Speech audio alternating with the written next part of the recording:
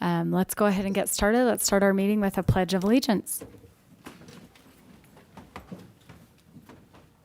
I pledge allegiance to the flag of the United States of America and to the republic for which it stands, one nation, under God, indivisible, with liberty and justice for all.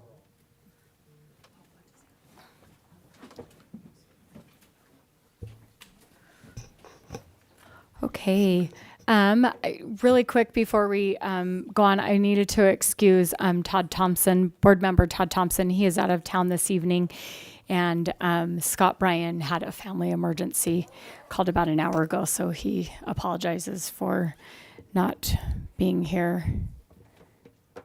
So anyways, we are going to start off with our public comments section.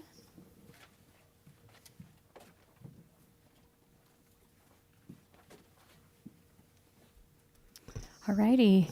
I will go ahead and read our public comment. As we move into patron comment, I want to remind those who have signed up that they will have 3 minutes to speak. Those speaking will be called in the order they signed up for. Once your name is called, please come forward and state your name into the microphone. All comments are recorded, so please speak clearly into the microphone. Once the timer goes off, we ask that you return to your seat. Please refrain from using profane language, making threats, or revealing confidential student or staff information. We want to remind you that the board is here to listen during public comment. We'll not be able to respond to any comments or questions you may have. Any additional information can be sent to the board through email. Okay, Steve Garrett.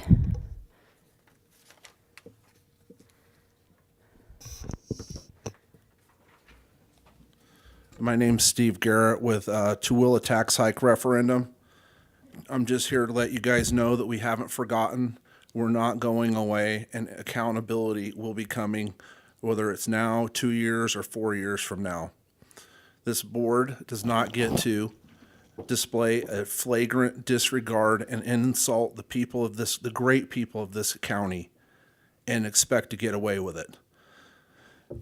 There has been no regard I've seen to the hardships that people face in this county. Let me read you one comment that among one I see every week on the Tooele Facebook page. I'm leaving the person's name out. Tooele County, I'm quoting, Tooele County, I need some help. Does anyone have anything me and my husband can do tonight to save some money? We are in need of $278.07 for our car payment. We share this vehicle and are in desperate need of it. Another one says they need $1,900 to make their house payment.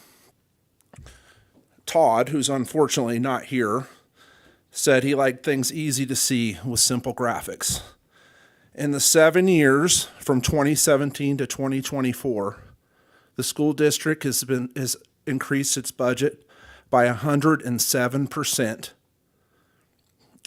while educating only 6% more children. I find this unacceptable, and given this, we are calling for all students to walk out in honor of Constitution Day on Wednesday, September 17th, in protest for the lack of accountability that this school board has, because we need new leadership and we need new eyes, and we don't need a superintendent that gets a raise when the district's in disarray. Why couldn't he have been put on probation and said, your pay is frozen until you have shown improvement and you have gotten this district out of the nightmare it's in? Melissa and Mark, I'm right here. it's time to resign. Thank you. Wow. Thank you.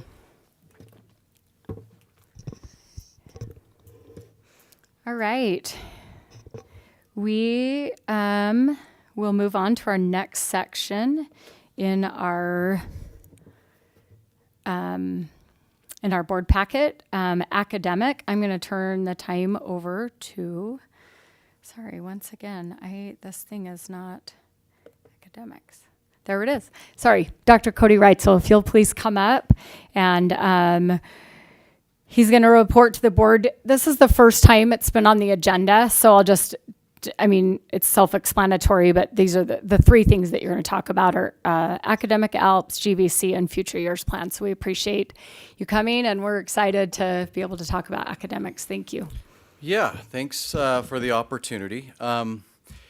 As we talked about our approach as we kind of kick off this consistent academic focus during board meeting, we thought that it would be most appropriate to start with what we're currently doing, kind of what we're expecting from that, what we're hoping for. And so today we're gonna do less looking at data, and we're gonna do more looking at kind of the processes that we're currently engaged in, kind of to set the context for everything moving forward. So there are gonna be three topics that we'll work through. The first will be academic ALPS and kind of our theory of change that accompanies that. And then there's been a lot of talk about GVCs, and so I wanna really clarify exactly what we're talking about in that process, and then talk about our next steps moving forward, where we're headed. So first thing, in the OLAG report that we're all very familiar with, it says district leaders are aware of poor academic performance and are actively implementing new initiatives to support teachers in delivering a higher standard of instruction. So there are two initiatives that are notable in relation to what they were referring to. One of them is ALPS, which we're going to dig into more. And one of them is the excellence plans that we've had in the early grades for math and literacy. And I kind of want to draw a distinction between the two of those and what they're intended to do, because they have different purposes. So ALPS are things that, again, I'll go into a lot more depth, but they apply to all grade levels. They're foundational practices that through deep study we've determined are kind of absolutely necessary if we're going to run a quality educational system. And then they are process-based goals. So these are things that we're doing, hoping to kind of build our collective capacity as a district, whereas excellence plans are specific to grade levels. They're content-specific strategies, so they don't apply to all grade levels. And in the case of literacy and math, they're specific strategies relating to literacy and math, of course. And they're accompanied with by outcome-based goals. So we have specific goals that we're trying to hit in terms of student achievement. So both doing different things, trying to build our capacity, and then the excellence plans, we're really trying to hit a specific target. So what are ALPS? So first of all, ALPS stands for Annual High Leverage Practices. And so in education, somehow we always end up with acronyms instead of just saying it all, saying the whole long phrase. So somehow we ended up calling them ALPS. So these are things that we really believe in to be foundational, that we have to be good at if we're going to move forward and move the needle as a school district. So I want to talk about where did ALPS come from, what's the significance, and where are we in execution of this ALP model. So the origination. So very first thing was a few years back, we acknowledged that we needed to have urgency for change and growth, specifically in our student achievement, but also just in our general instructional practice. If we were going to be the school district that we wanted to be, we needed to really take some action. Because, as this graphic illustrates, each system is perfectly designed to give you exactly what you're getting today. And what we recognized is the changes that we're looking for are not going to happen on their own, but we have to kind of intentionally create our own approach to generate that growth. So there's a report that was published in 2015. It's called The Mirage, Confronting the Hard Truth About Our Quest for Teacher Development. This is a report that describes extensive research on the challenges associated with effective professional learning. It makes some recommendations based on that research for effective teacher development. I'm going to read some excerpts. Takes just a little bit of time, so hang with me. I'll kind of develop the thought here, okay? So it says, through interviews and focus groups, we were able to gain greater insight into the maze of development activities teachers travel through and the various people with whom they engage along the way. These conversations painted a picture of a well-intentioned system that, at least from a teacher's perspective, is disjointed and impersonal as it is vast. It continues by saying, we also heard from teachers that often the people employed to support their development may not actually be on the same page about their development goals. They may not even coordinate with one another. One district administrator we spoke to put it this way: truly, everybody is trying very hard to have a positive impact on schools, but there is some redundancy and disconnect. The phrase random acts of school improvement is what pops into my head. We're all out there trying to do our best, but we're not coordinating the efforts. So this was top of mind for us. If we're going to create our own approach to developing very broadly our school district to have quality education, this was a major pitfall that we wanted to avoid. It goes on to suggest that school districts need to answer the following. What's the vision of excellent instruction that every teacher should be striving to reach? Where do teachers stand right now compared to that standard of excellence? What exactly does every teacher need to start bridging the gap? And that also applies to us as district leaders. What were we going to dig into to really be excellent? Now, I'm going to refer to this last bullet point about how principals affect students and schools in a moment, but I want to continue on to, as we developed these ALPs, these annual high leverage practices, these were the characteristics that we were determined to ensure that these ALPs that we selected lived up to. So first, they're processes, practices, or areas of focus. They're agreed upon as critical to a quality educational system. They're necessary to attain measurable gains in student achievement. They're part of a sequence theory of action to increase student achievement. They're adopted for district-wide implementation. They're the primary focus for each respective school year, hence the annual piece of that. And then they're expected, because all of these things above, they're expected to permeate every school and classroom in the district so that we can be excellent at these foundational things. So as we dug into this, we started with our own strategic model, and we have the curriculum instruction and assessment component of our strategic model.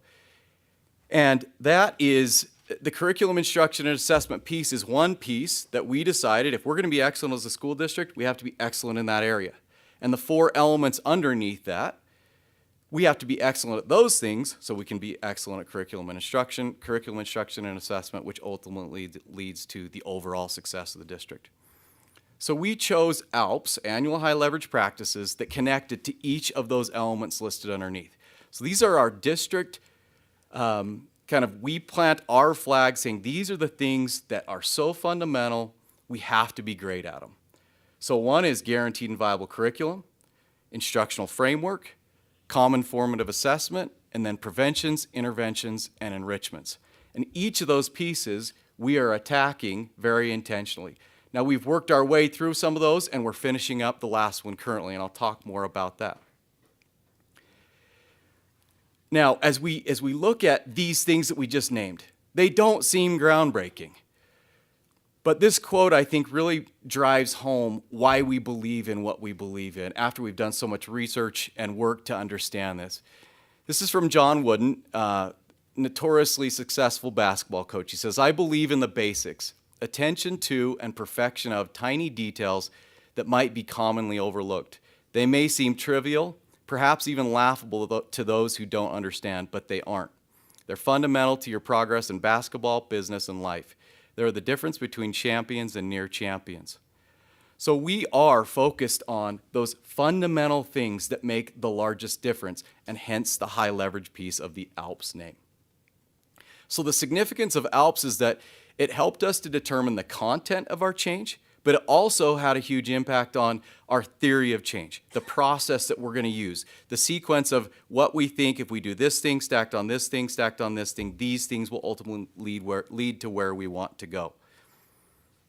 So this last bullet point was really important to our approach, how we decided to go about approaching this change effort. And this is a different report. Most people that are in educational leadership look to this report as one of the most groundbreaking and most important reports that we refer to now. It was published in 2021. And it was a meta-analysis, which means it studied a bunch of other studies and put all that stuff together on the effects of principles.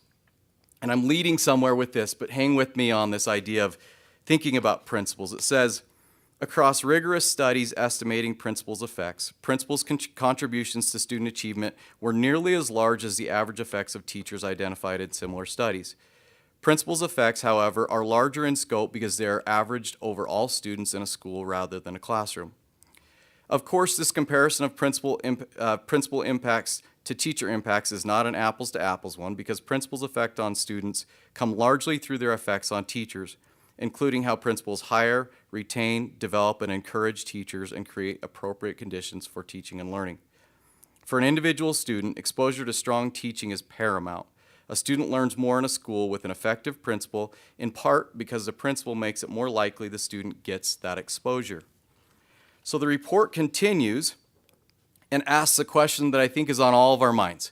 What drives that principal contribution?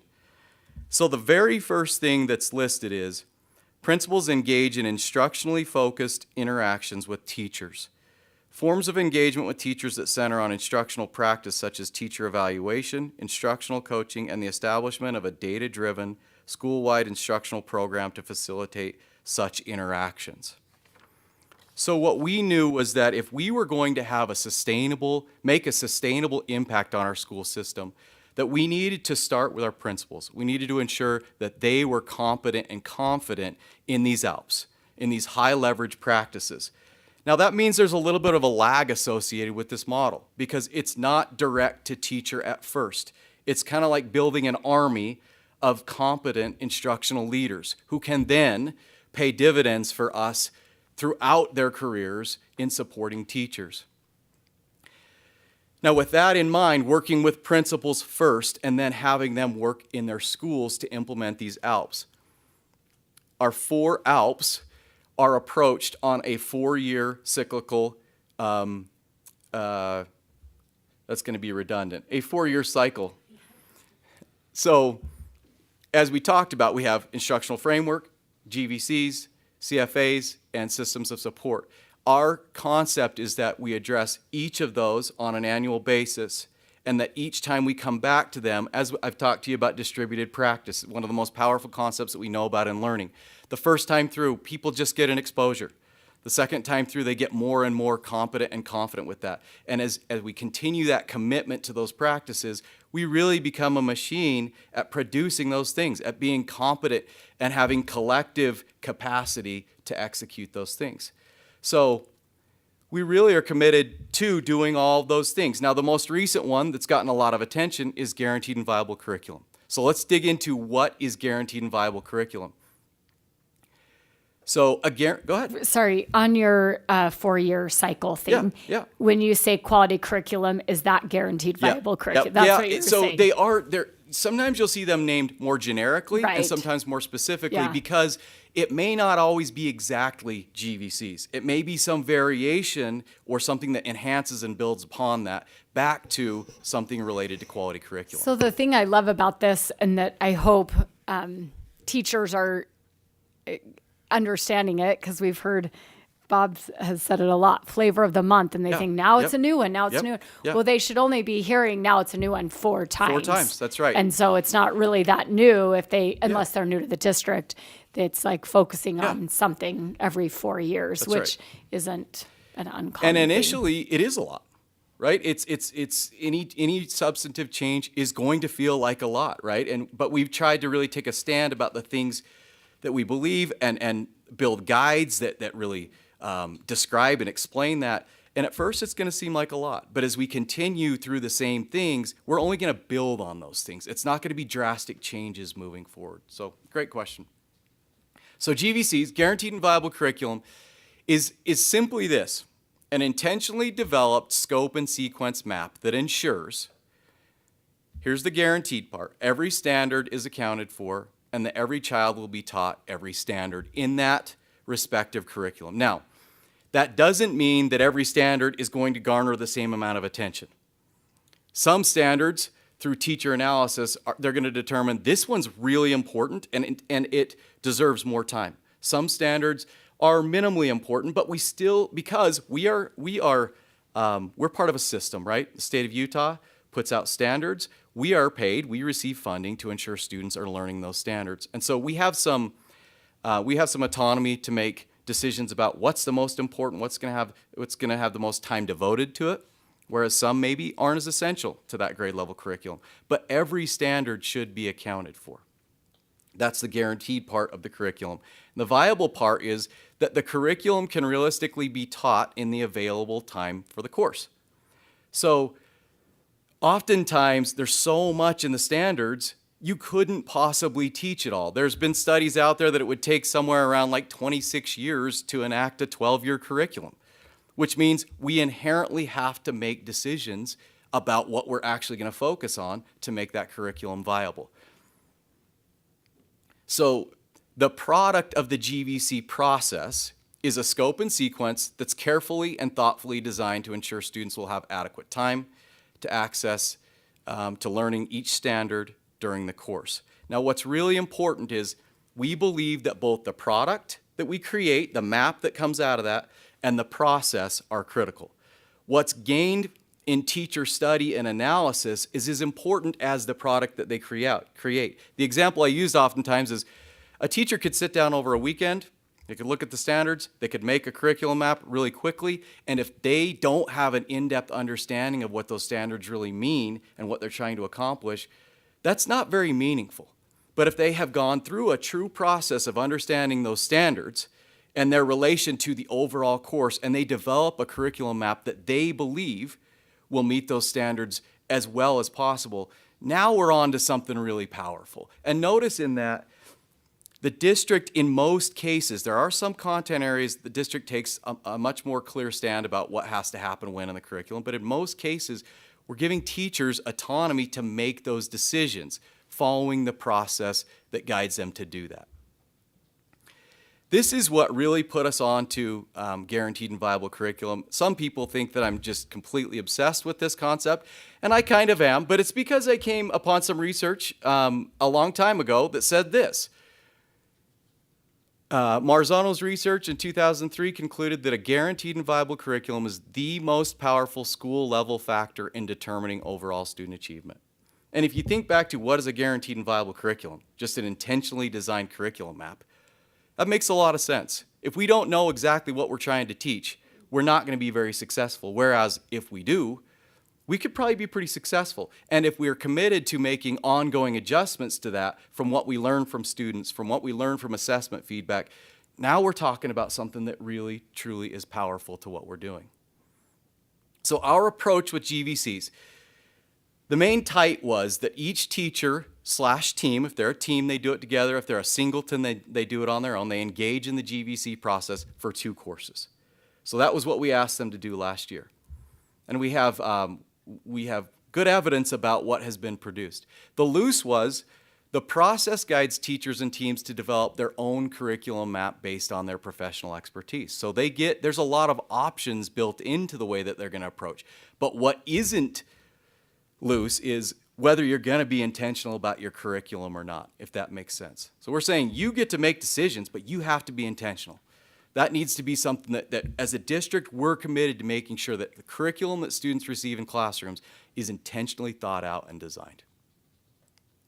So our next steps moving forward beyond GVCs. Now there's a lot of information here, so let me kind of describe some of this for a second. On the left, you'll see district leaders studying, research, and planning. That's one phase. The next phase is school leadership preparation. So that's where school leaders engage in training on that topic. The next phase is school leaders take that and they implement it at the school level as the owner of that topic at their school. Again, back to what we talked about with the research about how valuable principles are. And then the last is sustaining and maintaining those things as we build on top, maxing out at the 4 different things. On this slide, it shows in this single year, this is what we're focused on this year. District leaders are studying high leverage instructional practices. What's exciting about that is we're living up to what we promised. We said we have a 4-year cycle. We have followed through on that to the point that now we're studying and enhancing the instructional framework focus to add to that and grab some tweaks that are really going to enhance instruction, but not something brand new.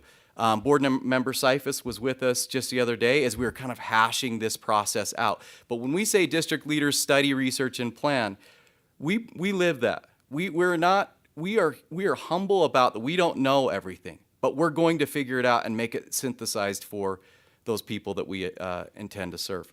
Can I say one thing? Yeah, go ahead. I was going to say that I've heard different things where people say, well, they don't understand this or they don't understand that. I'll say that they've made every effort to try and think about all of the different scenarios that may arise. But you would not believe the discussion. It gets down to very small details, trying to think of everyone. But in the end, nobody says, oh, we've thought of everything. I've literally heard Dr. Reitzel say, a teacher said that, and that is a valid criticism.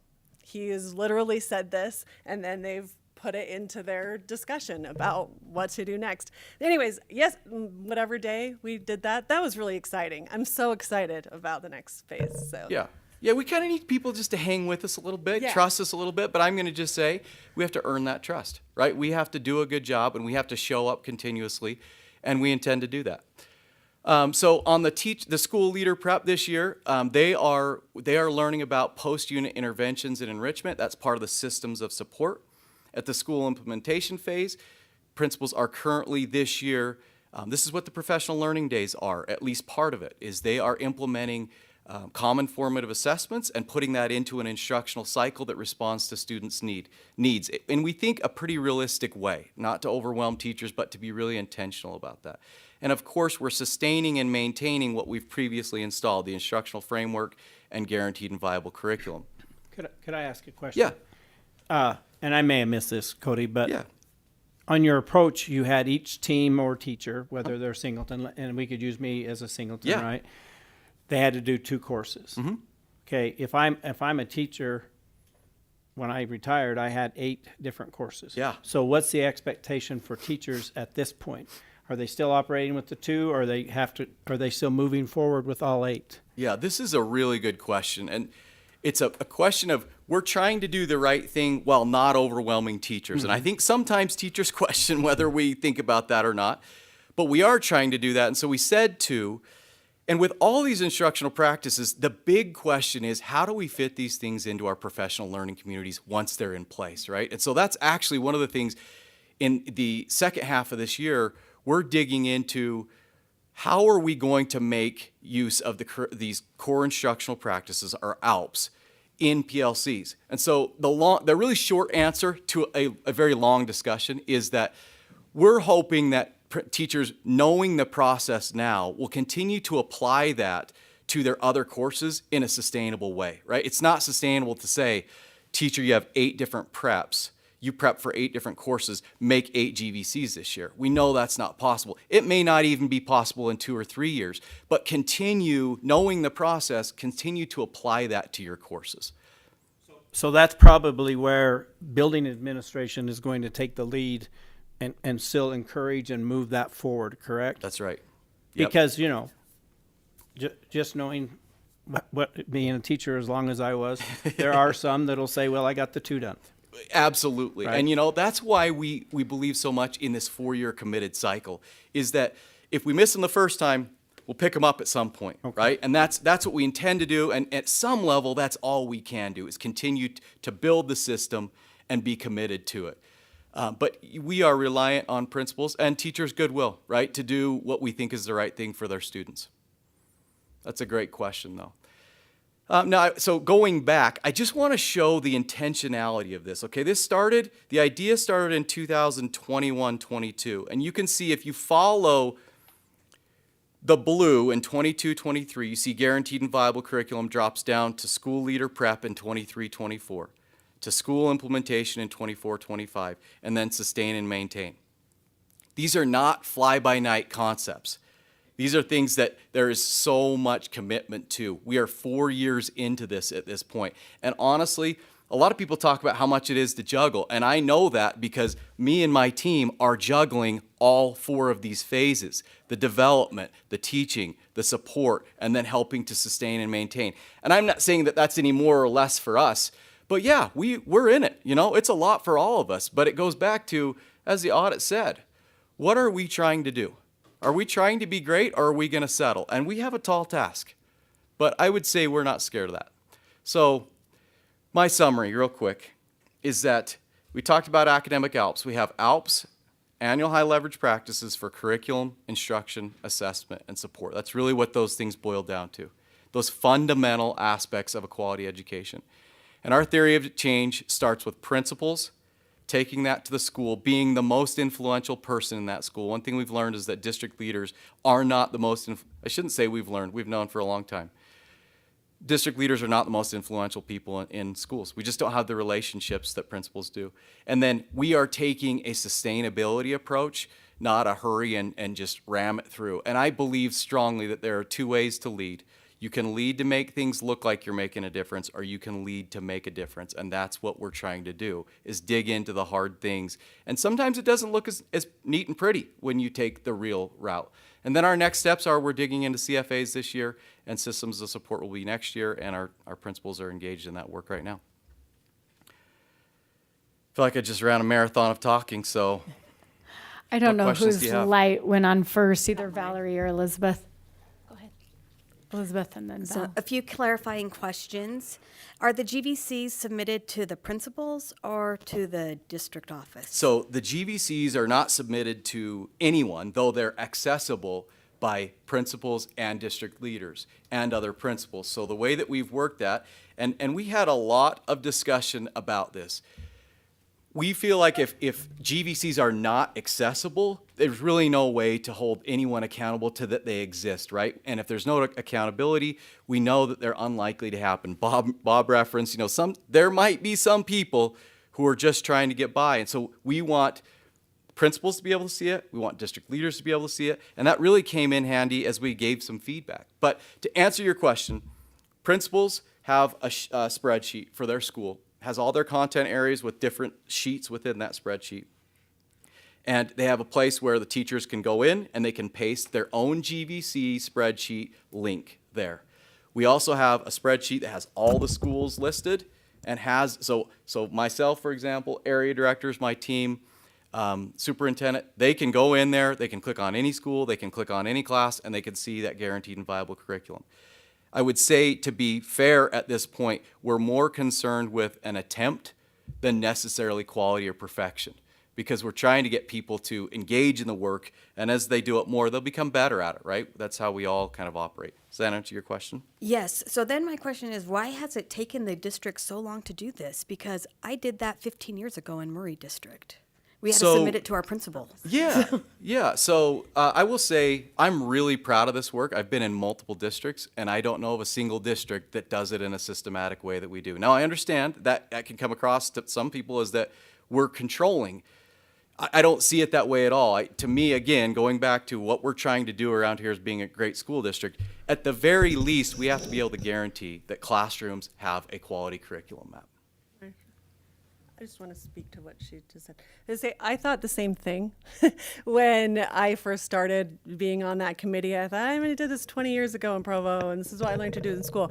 I'll have to say that seeing what the process is and going with it in depth, it is actually not the same. And I kind of had to humble myself and realize, oh, this is more in depth, and it's different. So I don't know if there's some things you want to address. Yeah, with the thing that I would say is, remember, there's two parts to it, right? You can put together a product, a curriculum map product, really quickly. But the process is what guarantees that product is something really meaningful. Maybe, because you do have the guides you give the teachers, maybe we should be able to have access to those to see the Absolutely, process? you can download. We have on our teaching and learning website, you can click on, it's called Core Instructional Practices, which is the actual ALPS in the form that they're utilized. And there's a drop down that has multiple resources for each of these core instructional practices. So you could download the guide, you could download a GVC template, you could download all sorts of information about GVCs or instructional framework or whatever else. Okay, Valerie and then Bob. I had one more Did you want to question. go back? Oh, you did. You never finished. Sorry. Keep going. And then, so with the professional development, is that the principals choose what they think their teachers need the best when they're being the leaders? The professional learning days? No. Is that what you're talking about? The professional? Yeah. That are devoted to our ALPS, whether it's instructional or otherwise. No, the principals have autonomy in how they deliver that with their teachers. but they have a guide that leads step by step through the process, the content of what they're teaching. Now, there are widely varying approaches to how they deliver that guide. Just like in a classroom, we expect teachers to teach certain things, but we give them broad autonomy to make decisions about how they deliver it. It's the same approach with principals. Okay, thank And you. I will say, we're all learning, right? Some principals are more confident at this, and some are still learning. And we think that's a necessary process. Okay, thank you. Okay, Valerie. Okay, so a couple of questions. Well, first of all, I have been able over the last few years to kind of watch this process all unfold and the time and effort that's gone into it. And I'm like, I've bought into it myself. And I know last year was the GVC, right? Mm-hmm. I know that there was some pushback, partially because teachers feel like they have a lot on their plate. This is one more thing. Do you feel like they have come around to it, or more teachers have been sold on it? Like, okay, I see the value here. Yes, I do, but I think the people who are not bought into it tend to have larger and louder opinions, and that's okay. Like, we think that's just kind of a natural part of the process. And I would also say that's why Dr. Ham and myself and superintendent worked so hard to get those professional learning days so that we could give them time to dig into that. But yeah, I think there are many teachers. In fact, I just had an experience about a week ago where I know of a teacher who had to make a change to a new school right here at the start of the school year. And they mentioned to me that the GVC was passed on to them from the previous teacher that left. That's nice. And that was awesome. And you know, I had my little hesitation about, because you know, I hear the comments, right? And I said, "Oh, the GVC is pretty important, huh?" And he said, "I love the GVCs." So there are people that love it, right? But it's going to take a little bit of time to come around. I would say one thing, and maybe this is overconfident, but I think some people are frustrated that we're so serious about doing it, that we're teaching it clearly and we're following through on it. And lots of times you can kind of hide until the principal, you know, gives up on that thing. You can't hide on these ones. We're so committed to it. We believe that it's going to make the difference for our students. Which I think is something that we've all asked for, is accountability. So I think that's great. That's exactly what we're trying to do. And we have data on GVC completion. It's not perfect, but we've made some good progress. Great. I'd love to see that data. Yeah. Okay, so then the other question is, so this is a 4-year-long process. We're in year 4. What do you do for new teachers and new principals? They're asking all the good questions.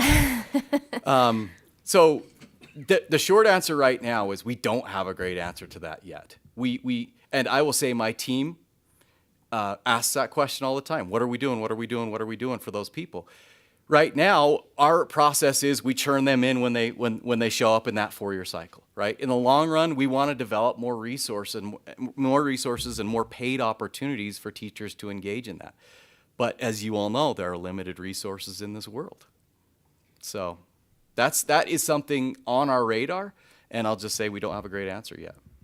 If they're joining a school, they're joining a team, is it reasonable that the team can catch them up on? I think in most cases it is, because if they're on a team, that GVC exists. So they get to be a part of the GVC exists, and then CFAs are dependent on GVCs, and systems of support are very similar. So are they going to experience some hiccups along the way? 100%. But will they have an opportunity that's meaningful to jump in and be a part of it? Yeah, I definitely think that they will. Okay. And kind of our hope at this point is that it surrounds people so much that they're going to gather a lot of it as they go. And then when you're training principals, do you do like interns and assistant principals? Yep. Okay. When I say principals, I mean all Admin administrators. team. Okay. Yep. So then when a new principal comes in, same thing as a new teacher. They just start where you're at and right. hopefully catch up. Yep. And and that's why we have so many resources on the website. So a motivated individual can jump in there and they can see slideshows, they can see the guide, there's so many resources to support that. But Right. they jump in, and we tried it in leadership specifically. We try to continuously show that through line from where we've been to where we're at and how it all connects together. But that is what you're mentioning is a challenge. I'm sure. So we'll when, get there. When we look at test scores, I think we all are like screaming now, now, now, now, now. And what people don't realize is this has been in the works for, like, we didn't just find this out when the audit report came out. It just Yep. was shining a light on it, and it's been in the works. And as much as we want now, now, now, now, there's 15,000 students in the district, and how many employees? Yeah, and that's one thing that we've 1,000. had to work hard to avoid is the urge to do now, now, now, now, right? We're trying to build a sustainable system that's going to make a difference and not just appease you all to you think that we're doing our job, right? Like, we're trying to actually do our job. I appreciate that. Thank you. Yeah. Emily and then Bob. Oh, okay. And I just wanted to say, yes, the question you just asked about catching up, that was mentioned on Monday as a problem to be solved. So these guys are thinking about it. And this is a question that I have my own answer to that I've been giving people, but I just want to know how you would say it. I have parents that will say, I would love to see this in my student's classroom or that in the student's classroom, or I used to teach here or there and we used to do this and I don't see that here. There's a lot of things I know that, I don't know, probably each person wishes they would see different in classrooms, but yet we're starting with this thing that maybe you couldn't just walk in and say, oh, look what my kid's doing, participating in a GVC. Yeah, right. Like, my child gets a guaranteed Yes. and viable curriculum. Yeah, it I'm was so excited so about that. viable this year. Anyway, so what if somebody asks you, why are we starting with this kind of invisible thing instead of things that people or parents or somebody would want to see? Why are we doing this? Yeah, so there's so much there, and I'm not sure I represent the official position of the district, so I'll just stick to the part that I can speak to. And what I would say is that it goes back to that quote about the attention to detail, the very most fundamental things that we think have the highest impact on a classroom, right? Again, you can't deliver a quality curriculum without intentionally building out your map. If you don't follow a quality instructional framework, you really can't make sure that students are learning. And the list goes on with all the ALPS. And so we're trying to, again, and I love sports analogies, but if you're not good at the fundamentals, it doesn't matter what else you're talking about. Like, that sounds awesome in like a little soundbite, but it's not effective. So that's, and also in the teaching and learning world, there are so many things that we're not responsible for or really think about. We trust our colleagues to take care of those other things. On the curriculum, instruction, and assessment side, we've determined that these are the highest leverage things to do. Okay, awesome. Thank you very much. I think that's a good thing to be able to pass on. I think we kind of touched upon a lot of the other questions, but I guess one of my main questions is, so since you've gone through all of the phases of GVC, and now teachers did it last year, and this year we're on sustain. What is your observation of how the process went last year, and if it's starting to affect classrooms? I guess you've already shared some anecdotes about teachers moving around, or Yeah, so it again, going back to, it was a 1 year and it was exposure, right? And that's not going to set the world on fire. But I do think, so when we did an instructional framework, we weren't even as good at implementation and execution as we were last year. And so I would say we got a lot better at a new process of ensuring that not only it was taught, but there was some accountability to it. And so I think that was a little bit of a shock to the system. Like I said, I think some people were kind of raising eyebrows like, oh, you're gonna tell it, you're gonna teach it, but then you're gonna follow through and make sure that it's happening. And I think that caused some turmoil, to be honest. But again, I say all the time, real change is gonna have a little bit of turmoil associated with it. And so that's something I think we have to learn to accept, but also I don't think that means we just ignore feedback. We have to learn, are we hearing noise or are we hearing signal? Right. And I think most of what we heard last year, and I could be wrong, right? Our ears are always open, but a lot of noise because it was different. And when we heard signal that something was off, we literally would show up on the spot, middle of the day, middle of the professional learning day, and try to explain those things. And where we made errors, I think we've we fixed them. Well, and that's what I tried to say before. I have heard some humility in the room of, Yeah, of things we that you try to guys be have- humble. yeah. But we got to take some action too, yeah, right? exactly. Of things. But what you just said reminded me of one of the other questions I had thought about. Could you just kind of say for all of us or for the public, what kind of supports are teachers getting? Because we've mentioned that it's very overwhelming. So what kind of supports are they getting to be able to get through this? Yeah, so I think the main thing is that you all approved the professional learning days. So they're getting a lot more time outside of their regular school day to do that. They're getting direct support from their principal and if they have assistant principals, depending on what level they're at. We have our literacy coaches. We have our ed techs who operate as technology coaches but work hand in hand with the team on this information. And then our curriculum directors that are specialists in their content areas, myself. I mean, the list could go on, like area directors, right? Like there are so many supports. Sometimes we're kind of building the team and that trust that like we are all in this together. And one thing that we've really tried to emphasize is as a district office staff, we're not just here to send out mandates. We're here to be in the trenches with people. So we spend a lot of time in schools. Awesome. That's awesome. And sometimes that is not perceived as support. Oh, Oddly I enough. hope it is. I mean, I was a teacher too, so I get that. Yeah, it's hard. I'll not ask anymore until everyone's done. Bob. Well, I was just going to mention, there's a big difference. As I've been sitting and listening to your explanation, Cody, I remember 20 years ago, 15 years ago, I kind of remember that. And we did curriculum mapping, okay? And we built volumes of curriculum maps. Yeah. But were they used? I think the thing that we have to look at what we're trying to do with the GVCs, which could be called a curriculum map or whatever that's you exactly want, right? It's we call it an intentionally designed curriculum map. But I think what you're doing is you're building a system around it. That's right. And how to implement it. And so I think there's a big difference in that because I can remember the terminology of curriculum mapping. And, as Melissa pointed out, I'm the one that said about the flavors of the month. Yeah.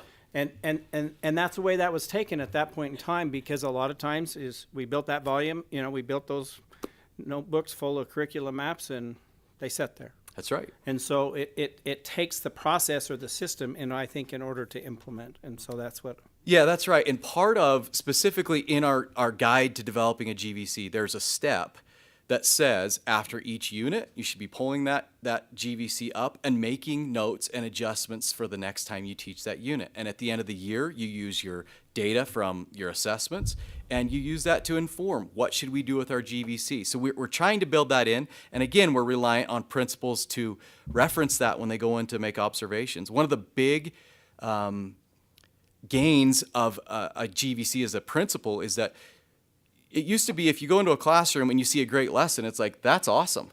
But was that just a dog and pony show? Did it connect to what they did yesterday, and does it get the students to where they need to be tomorrow? And GVCs start to help, because that's accessible to the principal, it starts to help to see that connection, right? So you're exactly right. It's a system built around it. It's not something to be placed on a shelf. But we have to continue to follow up, or it will become something on a shelf. No, Emily. Okay, just really quickly on the notable initiatives, you wrote the ALPS, but also excellence plans. Yeah. And then we didn't come back to it. So maybe just really quickly so everybody's updated. It was something that was mentioned in the audit. Yeah. And so I thought maybe a real quick And we've update. talked a lot more about that in board meetings, but that's why we focused on the ALPS. Yeah. But the excellence plans are basically, we're working from K up on the literacy side and from 3 down to not overwhelm any specific grade level with goals and initiatives, right? So we have specific actions that we're taking. That's what led to the kindergarten results that we've gotten, was the focus on those excellence plans. This year will be first grade that we're really focusing on in literacy, and second grade in math. All right. Wow. Thank you very much. I've kind of watched this process even when you guys started developing the, oh my ALPS? gosh. No, before the Instructional framework? strategic plan. Strategic model, yeah. I was and to see that it's come full, I mean, I don't want to say full circle, but I want teachers to feel supported, but I also like the board and the district office are on the same page on this. And we have asked our superintendent, really, that's to make sure that our test scores are that is a priority to the school board. And that was when you were hired 3 years ago, I don't know, between those. And this has been put in place. And so I appreciate all of the hard work that has gone into it. And I appreciate the teachers' hard work. And for maybe going out on a limb, and like you said, teachers have to trust the district office and have to have the buy-in to do it. And hopefully over this cycle, you'll see, teachers will see the improvement in themselves as a professional teacher, and then they'll be able to see the success in their students. And this is a process, and the board is holding everyone accountable. The district office is holding principals accountable. Principals are holding teachers accountable. But accountability, Dr. Ernst has said this before, isn't negative accountability that you're not doing it. I loved that example of the teacher passed the curriculum, the GBC on to the next teacher. That is what teachers should be doing, is sharing. And I think teachers do for them. I mean, I don't know. That's just how we work.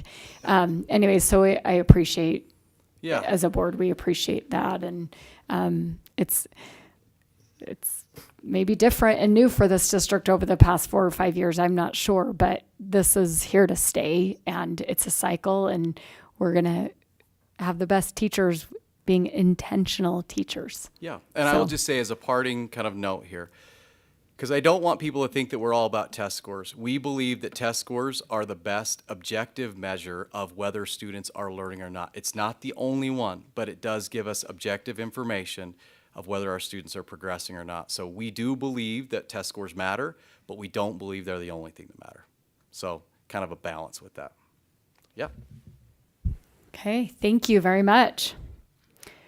Okay, we're going on to our consent items. If there's any discussion, or if there's not discussion, I'm looking for a motion. A motion to pass the consent items. I move the consent items. I'll second. Moved by Bob, seconded by Valerie to approve the consent items. Any more discussion to that? All in favor? Aye. Any opposed? Motion passes. Okay, we are moving on to our action items.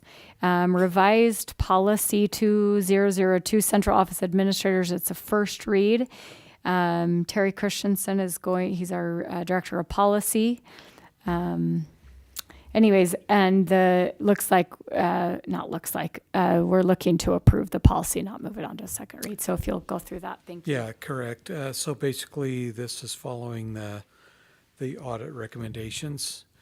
So superintendent and I collaborated on this language that hopes to satisfy that audit recommendation as well as the needs of the board. So are there any questions I can answer?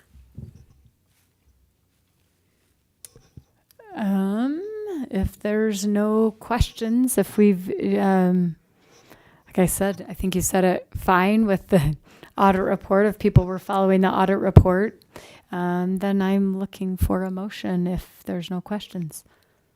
Oh, boy. That's okay. Somebody else can do it. Elizabeth? I'm going to just make a statement. Oh, okay. So I feel we are in a no-win situation because the audit did tell us to get an additional assistant superintendent, yet it will have fiscal impact. That's my statement. Yeah. Okay. All right. I move that we adopt policy 2002 for implementation.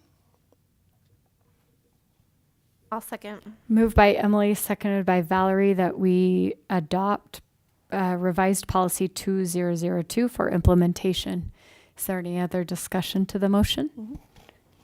Yeah, I am also concerned about fiscal impact, but from the conversations I've heard, we're just responsible for the policy. We're not responsible for the way, that exactly turns out. But the discussions that I've heard can make it pretty close to revenue neutral. So I felt comfortable with the things that I've heard and feel really strongly that if this is one of the very main recommendations that the auditors are giving us to turn things around in the district, then I would like to do that. Okay. Here goes our vote. All in favor? Aye. Any opposed? Motion passes. Okay.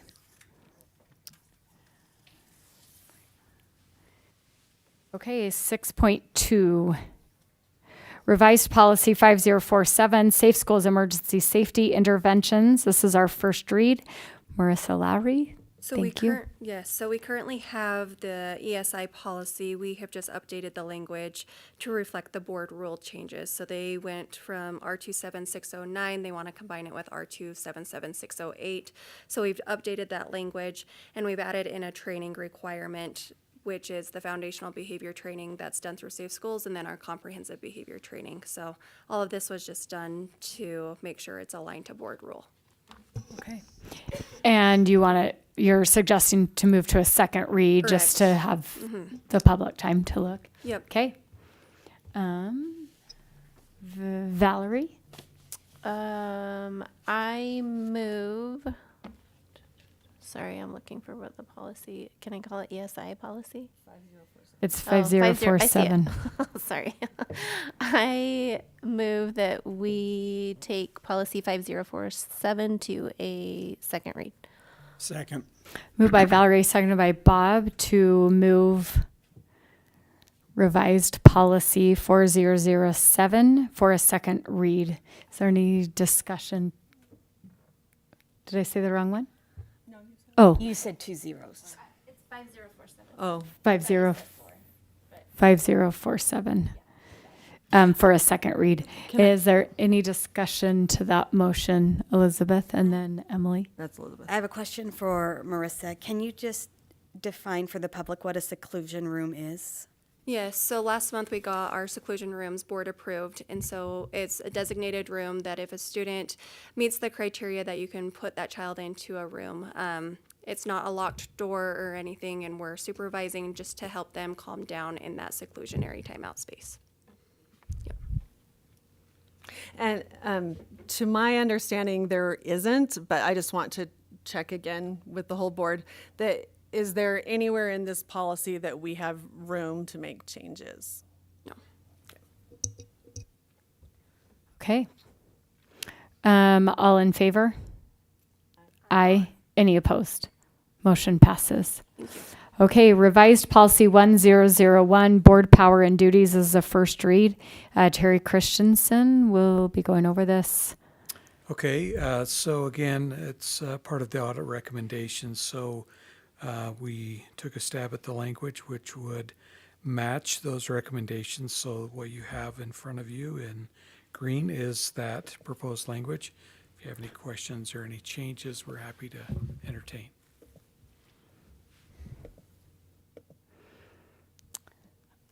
All right. Emily? No, I previously spoke with our secretary, Jackie Gallegos, about the section 11. Perhaps we can craft it to be a complete sentence that indicates what's in that code. So that should be forthcoming by next read. But it was model policy, by the way. It's no one's fault. It was my model. No, it's fine. It's good. Sorry, I've got to go back. I've lost my.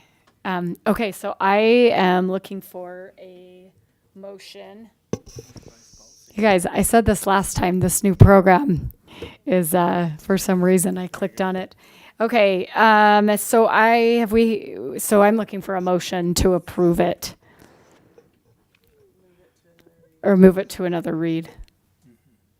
Oh, yeah. Has her light on? Yes. I move that we move revised policy 1001, board powers and duties, to a second read. Second. Moved by Bob, seconded by Elizabeth to move revised policy 1001, board power and duties, to a second reading. Is there any more discussion to that? Elizabeth, but that's just, okay, no, I was just making sure. All in favor? Aye. Any opposed? Motion passes. Okay, cell tower lease extension. This is Lark Reynolds.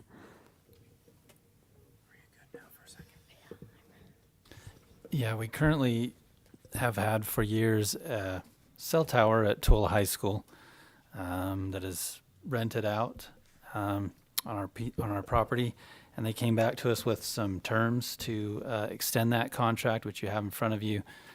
I believe we've been emailing about this, so unless anybody had any specific questions about it, I think it's ready for your approval, and maybe while you're doing that, designate who you would like to have sign in behalf of the district in this particular case.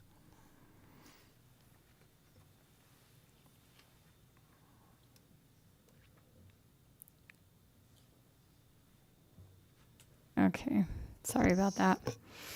We do have a. Okay, so we need to approve it as presented, or we need a motion to approve it, but then also specify who needs to sign for it? Yeah. Who has signed for it in the past? Sorry if that's. I mean, whether you as board president or if you just want to authorize superintendent or I would, yeah. Oh, okay. Whatever you prefer. Okay, I do Emily. have a- Yeah, it looks pretty straightforward as I was reading through it. I just want to make sure in public that we acknowledge, are there any potential impacts to the district or to the community that would occur, anything different by continuing on with this? No, we ran this through legal counsel, make sure we were protected. He felt good with it. I should have added that this is actually a higher rate of rental income we'll receive for this than we had before, so I don't see any negative impact to extending it. Okay. Okay, so I'm looking for a motion, please. I'll move we approve the cell phone tower lease as presented. And who do you want to sign, or Oh. is that part of the motion, Lark, that we want? Or give direction, either way. I don't think. Oh, we could just give you direction. Okay, I'll put that as the motion. Okay, sounds good. I need a second. Okay, it's been moved by Valerie, approved, seconded by Bob to approve the cell tower lease extension as presented. Any more discussion to that? All in favor? Aye. Any opposed? Motion passes.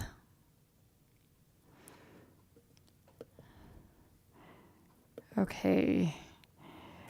Information discussion or calendar Madam items. President, we need to give Yes. direction of who's going to sign it. Yes, we do. Does anyone, I think in the past, just you and Dr. Ernst signed it? Is that what I recall? Or did I? I think that's appropriate. I'm Okay. fine Good. with that. Just And required does a anyone have notary, any other so- discussion or? Okay, Okay. sounds Thank you. good. Okay, Dr. Ernst, your annual State of the District report. Yes, thank you. You know, I don't know how many of these I've done, and I do them different every time. So we'll do it sitting here at the chair, and I'll try to look at my computer and click and change that one, and then remember to click on my screen. I'll start by saying, well, no, I don't know. I'll start by saying thank you to the board for I serve. But the will of the board, and I'm thankful for the opportunity I have to serve as superintendent of Tooele County School District, and the support that I have from my family, the support that I have from my executive staff, and the support that I have from the teachers in the school district. It means so much to me. I want to start by, all right, everything's working good. Looking at district at a glance, it's important to remember that this report is the 24-25, based on the 24-25 school year. So you'll notice right off the bat, it says we have 27 schools. Well, that's what we had last year. Now, today we have 29 because we opened 2 new schools, Stansbury Junior High and Desert Peak High School. One other item on this slide, you see that it says 15,653 students. As of today, if I include our preschool kids, which some counts include them, some counts don't. I like to include them because they're our students and they're in our schools.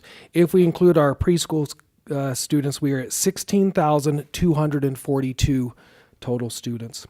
And of course, always here in Tooele County is an important note. There's almost 7,000 square miles that we cover here in Tooele County. I hit the wrong one.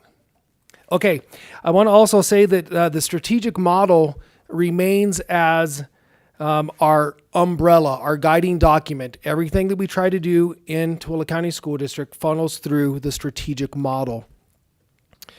And sometimes we do better at this. And then sometimes we need reminders. How does that fit into the strategic model? Does this really do what we want it to do? I had a good conversation with our junior high administrators today and talking about some ideas that they had to help their schools. And one thing that I said is whatever you do, it cannot supplant what we're currently doing. It can support our strategic model, it can support our current goals, but it cannot supplant it.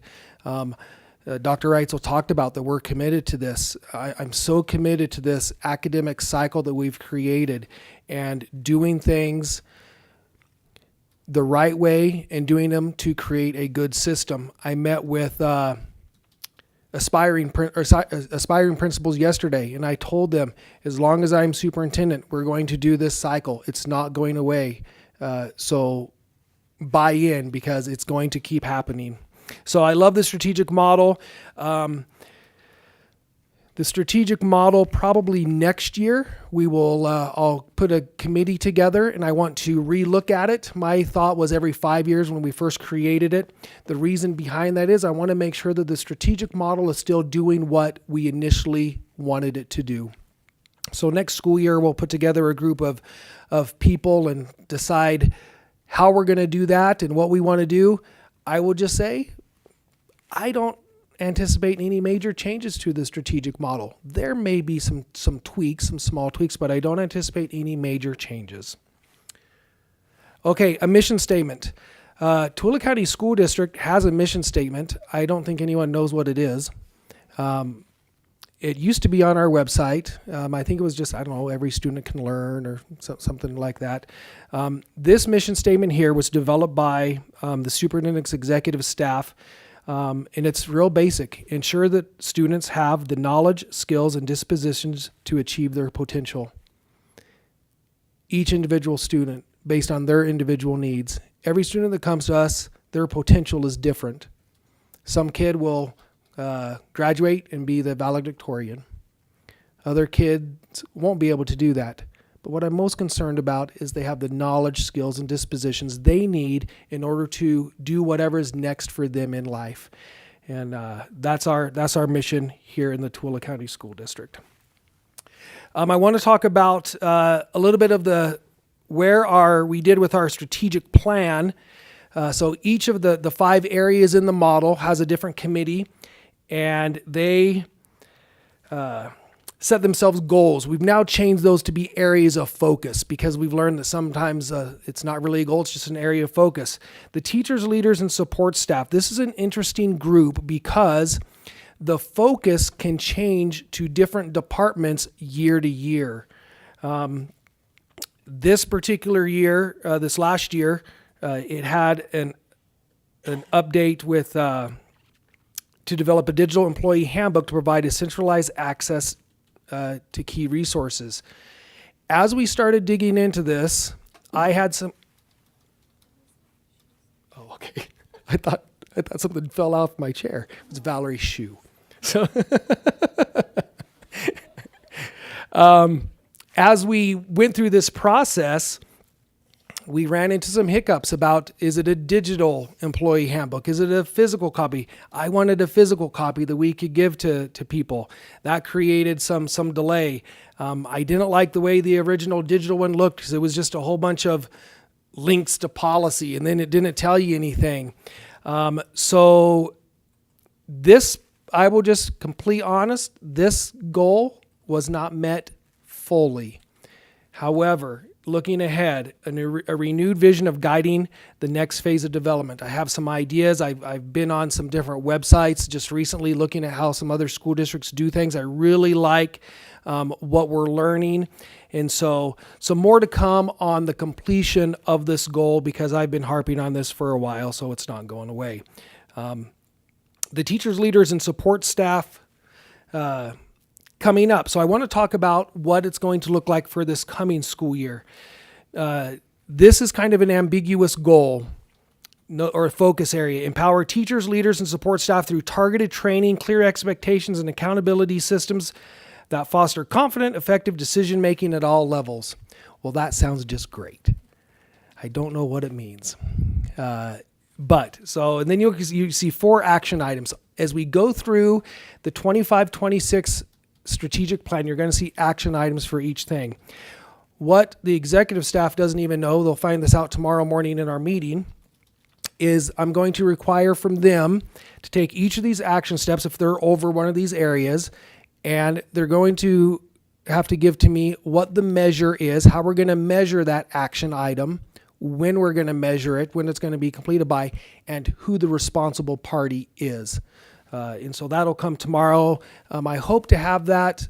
I will have that to the board at the absolute latest at my next report, but that's not till November. So hopefully I'll be able to email that out maybe in at one of my Friday emails that I send out. So anyhow, more to come on that.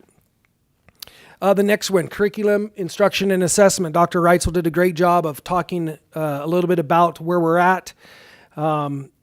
You can see the 24-25 focus to strengthen instructional alignment and assessment practices to support student achievement. Everything that Dr. Reitzel spoke about tonight is doing just that, aligning our assessment practices support and giving to support student achievement. You can also see commitment to improvement there from last year, the OLAG audit feedback reviewed and integrated into future planning, and an emphasis on clarity, accountability, and continuous growth. I loved what Dr. Reitzel mentioned about noise and signal. What a great analogy that there's always noise out there. Sometimes you have to filter out the noise and hear the signal that's coming through and make the proper adjustment. And then he also mentioned that kindergarten proficiency rate. You can see the kindergarten proficiency rate rose from 74 to 77% last year. And then the 25-26 strategic plan focus area for curriculum instruction and assessment is that schools, this is going to sound old to you. Schools will implement the TCSD guide for the CFA cycle development process on which school administrators were trained throughout the 24-25 school year. And then you can see those key action items, which mention the professional learning days that Dr. Reitzel mentioned. So good stuff coming there. The communication, culture, and relationship strand. They sharing important information across a large organization can be difficult. Boy, have we learned that. And we're big, but there's some that are a lot bigger than us. Our solution was this monthly DIME. The DIME stands for District Info Minute for Employees. And it's sent out the 10th of every month because it's the DIME, so it's 10. Because we couldn't think of an acronym for nickel. Not just kidding. No, the DIME. It's sent out the 10th of every month. This is getting better traction. Some employees are starting to learn. We're starting to put stuff in there. We've even, Brett Valdez oversees the DIME. He sends it out every month. And some month I think he really has to beg for people for information. However, I know that this month stuff came to him. Can we send that out in the DIME? And he's like, oh, absolutely. So good progress on the dime, but this is one of those things, the more we use it, the more we point employees to it, the more they will get used to seeing it every month in their inbox. Dr. Ernst, Yeah. does this just go to employees? I can't, it's just for employees. It's But for then employees. you send out, correct me if I'm wrong, like a board meeting summary to all I would say constituents, but Yeah. not really, as students, parents. Okay. Anyways, I think both of those things are awesome, and Yeah. it will help with communication. Anyways, so thank you. I appreciate. We've pointing- actually I just had- wanted to double check on that. I couldn't remember. Yeah. I should know, but sorry. Yeah, and we've had good feedback on that board summary that we send out as well, both from employees and members of the community. Yeah, so no, you're good. Okay, and then the focus for the communication team is Parent Square, which we talked a little bit about last month. The communication team will spearhead the implementation of a comprehensive communication tool for the district to consolidate the multitude of parent and student communications into one system. This is a big lift that we are rolling out slowly, bit by bit. Some administrators are already using it. Some are not. We hope to have quote unquote full implementation by October 21st. I say quote unquote because we're going to learn some stuff in the coming weeks, as more people use it. So you'll see more of it out there of people using Parent Square. We're confident we can do it, but we know it's going to be some learning curves. Melissa, do you have a question? I had heard through the grapevine it was until January, but so I'm just asking more as a parent because I know stuff is going around. So does this take the place of like Sports U? Okay. Yeah, and Okay. and some of that we're letting the teams, depending on where they're at, they don't have to necessarily go right now today. Okay. So we're being a little bit lenient on that because we know people are used to certain communications tools, and so slowly the entire district will get onto Parent Square. No, that's good. But that's what I wanted to say, because as a parent, I initially was like, well, no, we just switched on to Sports U. So it's Sports U and Parent Square, right? Yeah. No. It is only Parent Square. It will be only Parent So Square. I hopefully that'll all come out and trickle down to all of us that are learning. Yes. Yeah, that's good. Yep, we have It's gonna be good. Our communications team, they have different benchmarks they need to hit in order to make that October 21st date. Yeah, so we're moving right along. Okay, safe and orderly environment. Last year, am I reading? Okay, good. That one's fixed. Mine still has an error on it. Emergent 3, the E3 platform. This is our emergency response platform. So when we have fire drills or not a lockdown. What are they called now? Yeah, secure. Sorry. That it all goes to either the teacher's desktop or their phone. I get them. Doesn't matter where I'm at. I can be out of state, and I get an alert that something's going on at Twilla Junior, and it asks me, "Am I at Twilla Junior or not?" And I say, "No, I'm not there." That's actually happened. But all of our people were trained on that. This also helps with our reunification. So everyone was trained last year. Deseret Peak and Stansbury Junior High are in the process of receiving that training. The nice thing about it is the majority of those people were trained before. So there's just some little things to bring them up to speed fully for that. And then for the coming school year, safe and orderly environment is getting each school will have a team trained and certified in CSTAG, which stands for Comprehensive School Threat Assessment Guidelines. And what this team does is they can assess threats as they arise at the school level. So Bob Curfew oversees this and does a great job getting this training completed and helps our district a lot. So that is, there's one more. Systems of operation. Sorry, I almost forgot this one. Systems of operations, their goal last year was to improve coordination across the departments by streamlining and integrating district systems. This is about 95% back of house type of stuff.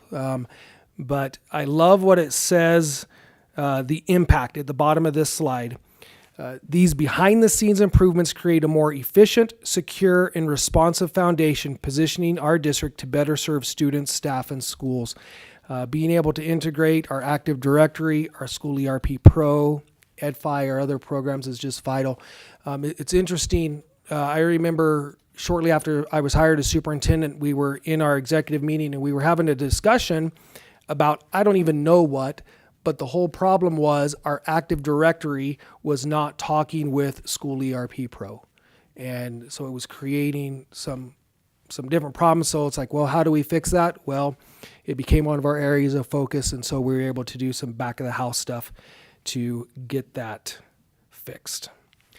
And then next year, or this current school year, systems of operation, a successfully implemented district-wide timekeeping system to improve accuracy, accountability, and efficiency by the end of the school year. So this is one that, again, is kind of a slow burn. We'll roll this out bit by bit to different departments. This is to help with accountability. And this is another one that has a lot of behind-the-scenes, back-end stuff with our finance software and making sure the timekeeping system can do certain things. We've had to develop things like, what is our work week? We had to, is our work week Sunday through Saturday or Monday through Sunday, and different things like that. Just questions that we've never had to worry about because we were all paper-based, but now being digital, we've had to do that. So this is going to help us. I don't know, you may remember that the state came down. We were having some problems in the way we were tracking hours of our employees, and our special ed department spent, I don't know how many hours, a lot of hours in a week running down different time cards to prove that people were at work. And having a system like this saves us from any mistakes like that and really helps the district a lot. So here you can see the 25-26 strategic plan. It's important to note that the strategic plan puts the model into action. The model doesn't change, but the strategic plan does. I liken this to a football team. Stansbury High School, one of our football teams, their goal is going to be the same for the whole school year. Win football games, don't get penalties, win the fourth quarter, different things like that. That strategic model for them is never going to change. But each week when they develop a game plan for the team that they're facing, that plan changes week for week. Our plan, our model in the school district always stays the same, but our plan changes from year to year so we can tackle the most important needs of the school district. I also want to talk a little bit about the future and our moon goals. Goal number 1 is to have K-3 literacy and proficiency rate of 75% or higher. Here you can see how we've done over the years. In 2022-23, when we started our moon goals, we were at 57.6% proficient. We're now at 63.7%, so about a 4% rise in, 6% rise in that literacy rate. You can see our goal there is 75, so we still have a ways to go. I also want to say that a goal of 75 does not mean that we are good if 25% of our kids aren't proficient. I liken this to, if I have a goal someday to run a marathon, I might have to do a 5K first, and then I might have to do a half marathon. And so the marathon in this would be 100%. Of course, we want 100% of our kids proficient, but we got to do a 5K first. We got to get to 75. And when we get to 75, we're not just going to say, we're done. We've met our goal. We can just relax now. No, we're going to reset the goal. And it might be 80% or 85 or 90%, whatever that is, but we will reset that goal and then we will move toward that. So that's the case with each of these. Goal number 2 is our math proficiency rate. You can see there when we started our moon goals, we were at 46.8%. We're now up to 55%. So pretty good rise there over the last couple years. Hopefully well on our way to 75% proficiency in that goal. Goal number 3 is a graduation rate of 90%. You can see we started off at 76.6, and we're now at 82.5. I will say that this slide and the previous 2 slides, all of that data is preliminary. As you know, in education, we test in the springtime, and then we get preliminary data sometime, and we get final data. We hope by mid-October-ish is when this log. We don't expect big fluctuations in these numbers, but there could be small variations once we get that. But you can see 82.5, and I had a principal come up to me today and say, and to let us know we're over 90%. His school say we're over 90%. And I share that with you just to let you know that there's some buy-in, that our principals are taking this serious and they're striving hard to do this. And then goal number 4, this is probably the most confusing one. So this is no schools with groups in turnaround. You'll see that there's no 24-25 data. That's because we just don't have it. And so you'll see there we are. We started 22-23 with 15 schools. We actually added 15 schools. We've added 3 schools with groups in turnaround. So we now have 18. You can see the schools that added: Dugway, Sterling Elementary, and 20 Wells Elementary. Dugway School, I'd have to dig in further. I don't know if it's the elementary side or the secondary side. One of the things that makes this goal so difficult is the fact that some of these measures are year by year. Others are a 3-year rolling average. And so it becomes a little bit tricky to monitor them. However, the nice thing about it is each school that has a group in turnaround, that becomes part of their school improvement plan. They have to, and they work with their area director on how we're going to address this and how we're going to get these groups out of turnaround. Some of the groups, just so you know, English language learners is a popular one. Students with disability is another one that we have, and then grad rate can put a school in turnaround, and we have, or put a group in turnaround, and we have one of those schools. So in each of those goals, we're not where we want to be, but in each of those goals, we are trending in the right direction, and we're making progress as we go. I also want to talk a little bit about the audit findings. The audit, as you know, had 17 different recommendations. As of this morning, we have completed 10 of those recommendations. Now, I want to differentiate the difference between completed and implemented. So we have one of our audit findings is that we will integrate the leadership standards into our Aspiring Principals Academy. We have completed that. We've done it. We have a plan in place. We know what we're going to do. However, implementation of that will take the entire school year. We have some other goals. I can think of some HR ones that we will complete by the end of September, but full implementation, even in our response to the state, full implementation won't occur until March of next school year.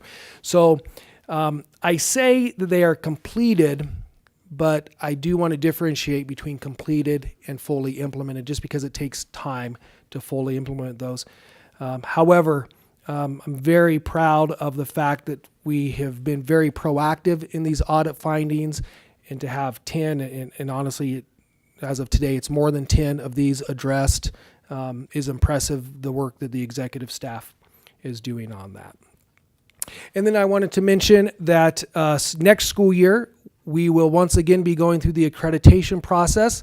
I actually really like that we're going to be going through accreditation because we're a better school district now than we were the last time we did accreditation. And I'm excited for the folks from Cognia to see what we are doing, how we're addressing some of our needs.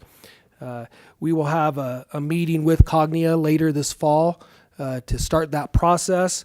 And Brad Ranicky, he'll be serving on the committee for Ogden School District's accreditation later this fall. So that's a great opportunity for Brad to learn some stuff and then bring things back from Ogden and just the accreditation process to help us.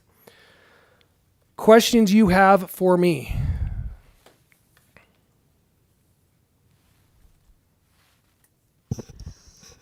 Wow. I guess there's none. Oh, Emily's got her light Oh, on. Emily. Sorry, I missed your. Oh, I was trying to not turn it on until other people. No, I was just going to say, I really love that you did it this year by the strategic model, because if that's guiding what we do, we need to see how it's guiding what we do. And I really loved that. I thought it was a great way to show how the model and the plan would work. And I didn't know that you were thinking of a revamp, but we can all talk about it. Obviously, that's coming up. But the one thing that my suggestion for a tweak for the strategic model, it is really great. All 5 of these things have been noted to be essential to the functioning of the school district, and the very key things that we need to focus on. However, when you look at our mission statement about helping kids reach their potential and student achievement, we know it's supposed to be our most important thing. So my suggestion would be that the curriculum, instruction, and assessment band maybe be in the center and bigger than the other ones, indicating that the other 4 exist to make that goal possible. Anyway, that's just my feedback. I like that. I like the focus on the academic side of that. Yeah, we'll discuss that as a group. I certainly don't want to take away from any of the other No, items. they're all essential. That's why they're there. Yeah. Yeah. The other thing was, this is something a lot of people know, but as we found out recently, not everyone knows. With the board summary that is created each month, can you tell us all the places it could be found? Oh, Brett, Or I may maybe need some Brett? assistance. I know that it gets sent out to employees. It's also on our website. Brett, where else do you guys put it? Our staff first. Staff? Yeah. We will send it to our parents. Parents, with the email address on file with the district, which it should be. Okay, social media of the district, and what social media does the district have that people could be following? Just Facebook?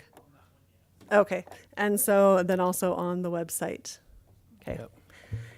Yeah, just wanted to make that clear. Yeah, thank you. Valerie.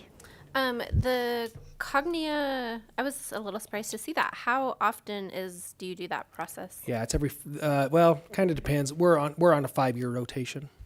Okay, and what is the benefit of doing the Cognia accreditation? If we don't do it, our kids can't go to colleges. Oh, it's like a required Yeah, thing. it's required by the state. Yeah, I'm not a big fan of parts of accreditation because they charge us a lot of money to be part of Cognia. We just had to pay for Stansbury Junior High and Desert Peak to be accredited. They are kind of grandfathered in to what we currently do. One thing a little bit different about, the Cognia, what they're going to do is they're going to come in and they're going to say, do you do what you say you're supposed to do as a public school system?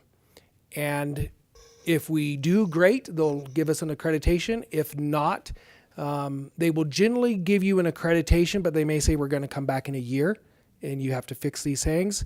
There used to be, in their process changes as far as how long out. Currently it's 5 years. You used to be able to get a 7-year clear. But yeah, right now 5 years. The other thing that about Cognia is it just brings credibility to the district. So it's kind of also another form of accountability. Absolutely. Yep. Yeah. Oh, and one thing that'll be different this year, the last time we went through it, Cognia was still doing virtual visits. And so it was just all through Zoom. Yeah. So some of you that were on the board were probably interviewed over Zoom. Now they will come visit us. We'll put them up in a hotel and they will come, we'll drive them around and they will visit our schools and actually see hands-on what we're doing. And they'll meet with members of the executive staff. They'll meet with different parent groups. So it's a pretty thorough process. So I'm excited to welcome to Tooele next school year. Okay, thank you. Yep. All right. Dr. Ernst, thank you so much. We appreciate all you do for our school district. And I have said this many times. If I know people don't maybe have the time to come spend on a Tuesday night, but there are awesome things happening in our school district. And there's lots of noise out there. And I think if we focus on the signals, us as a school board will continue to make good decisions based on the signals that we get. So we appreciate all you do. So anyways, with that, I am looking for a motion. I move that we adjourn. Moved by Bob, seconded by Emily to adjourn the meeting. All in favor? Aye. Thanks, you guys. Have a great rest of your week.